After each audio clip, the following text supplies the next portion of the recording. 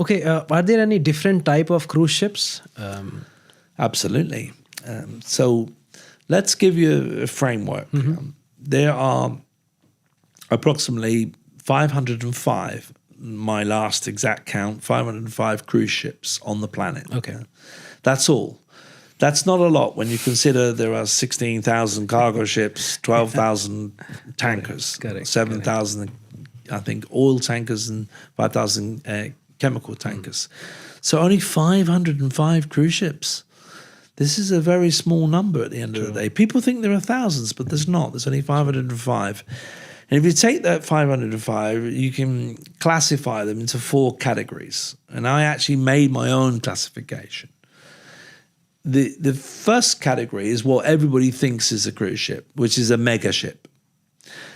A mega ship is something I would say was 2,500 passengers and Plus, above. yeah.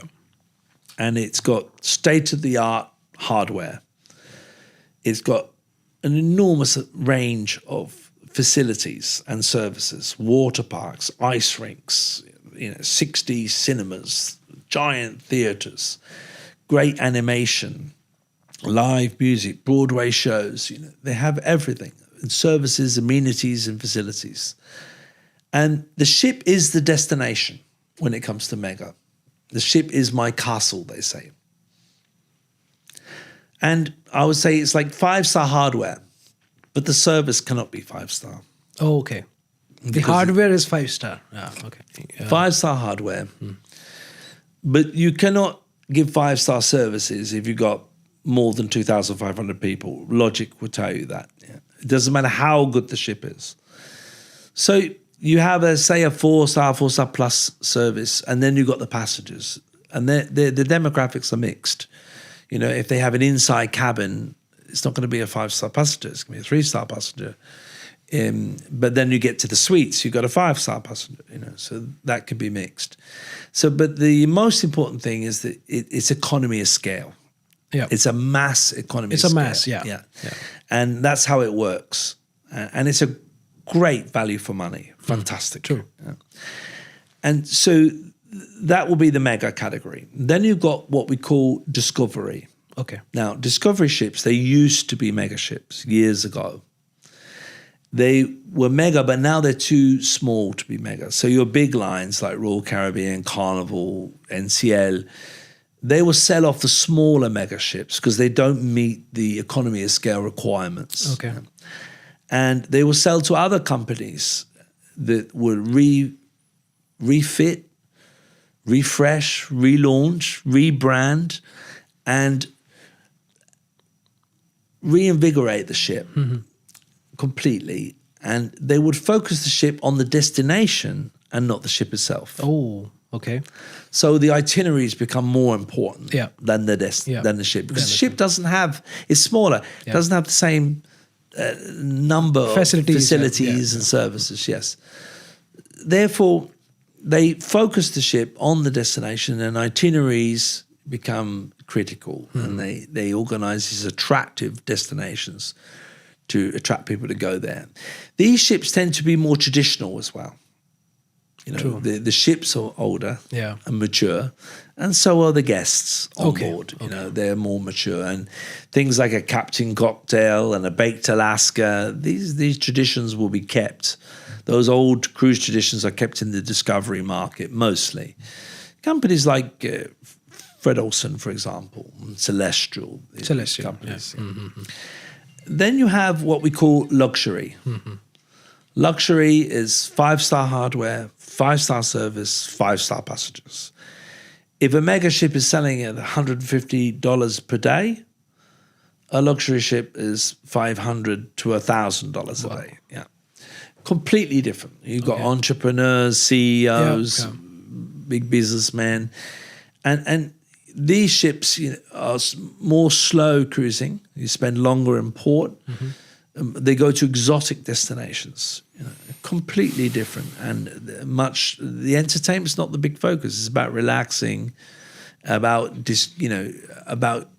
seeing the world in a nice pace. That reminds me, there's a ship called the World. Well, I'll come on to the world. We'll come to that. Because the world is actually, we're creating a fifth category. Yeah, exactly. Yeah. So the fourth category is expedition. Okay. Expedition it traditionally was about polar bears and penguins. Polar bears in the Arctic and penguins in the Antarctic. Yeah. It's about adventure. It's about getting out there and witnessing nature and biology firsthand. True. Getting your hands dirty, getting involved. And it's all about fitness and the feeling of embracing nature. And we don't have a cruise call, you have a landing. You land on the snow. You know, it's very different. But today it's changing because we are seeing the dynamic of warm water expedition. And they will go to the Amazon. I'm deeply involved in the Amazon, the Congo. I've got lots of cruise calls now in Guinea-Bissau, Senegal, you know, getting into the different tributaries and rivers of Africa. Africa's becoming more popular. Yeah. So there are lots of adventure opportunities around the world that the expedition lines are, you know, seizing. And so those are the four main segments, but there's a fifth segment coming out now we call residential cruising. And what's different here is the guests are not guests, they are residents because they own the cabin. Wow. And you can own the cabin on the ship. Oh, yes. And you can sail around the world and you actually own the cabin. And the most successful to date of residential cruising is the World. The World, yeah, that's. You see the World on the World, which you own. I have been fortunate enough to pilot the World in Goa. In Goa, wow, yeah. Wow. We would have been the agent actually. But the World, we help the itineraries of the World, but it's quite complex because it's quite complex, yeah. The owners of the World, they decide. Choose their own itinerary. Correct. So you have to come up with 3 versions, and they vote, and then they choose. Yeah, that there's one. a voting also. Yeah, and some of the places are impossible to go to, so you have to do another version. But it's really amazing how they put this together, and it's been so successful. The World it keeps going and going. True. And the ship is beautiful as well, and it would be in the luxury segment as an operation, but it's residential. Yeah. And now you have Villa V, a new residential cruise line. What's that? They're from Florida, and they're sailing the world, and in the Odyssey, their ship, and this is a wonderful new brand that's. Villa V. It's Villa V. We are the global agents, and it's really working. And you can see the World, but not at the same rates as the World. You can do it much more cost effectively. Oh, is it? Oh, interesting. And you can choose to go full in and buy, or you can lease for a period. Very And Villa V is turning out to be a successful product. You know, they're doing really well. And it's completely global, and they see the World even slower than a luxury line. Oh, wow. They might spend 2, 3, 4 days in a port. That's the best thing, I would say. It's the best thing. I see in Goa, the cruise ships, they used to stay maximum of 12 hours, 8 to 12 hours. Yes, normally 8. Normally 8, 8 to 12 And hours. it depends on the segment. A luxury will spend longer. Yeah. The mega will spend less because they want to get you back on board to spend the money on board, you know, for the onboard revenue. Yeah, if you go out, you spend money there. But many of the guests don't even leave on the mega ship, you know, because you go for the ship. Correct. So that's totally understandable. Yeah. So Costa falls into which category? Costa. Mega. Mega. Yeah. Give me the cruise line, I'll give you the sector. Either. Mega. Norwegian cruise lines. Mega.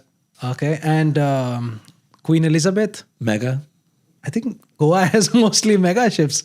The World is luxury, you said, yeah? The World is residential. Yeah. And there's one residential line where they're building the first ever purpose-built residential cruise ship, and that's called Storylines. Storylines. The MV Narrative. Freaking. And I've been helping that project. Name, man. It's a wonderful, yes. It's a narrative, and this is building a beautiful community on board, you know, where they will have a school. They're going to have one entire deck for water sports. Okay. The world's biggest spa. Okay. A life extension center. Maybe one podcast for me as well. Podcast studio on board. You have to, podcast studio for you. Get a cabin, can be arranged. Yeah. They're going to be, I think, 40 lounges and 20 How big is the ship going to be? And a microbrewery. I mean, this is unheard of. Hell, man. And this is a product, but it won't be till 2028 when this amazing. It's just shy of $1 billion the build. It'll be in Croatia.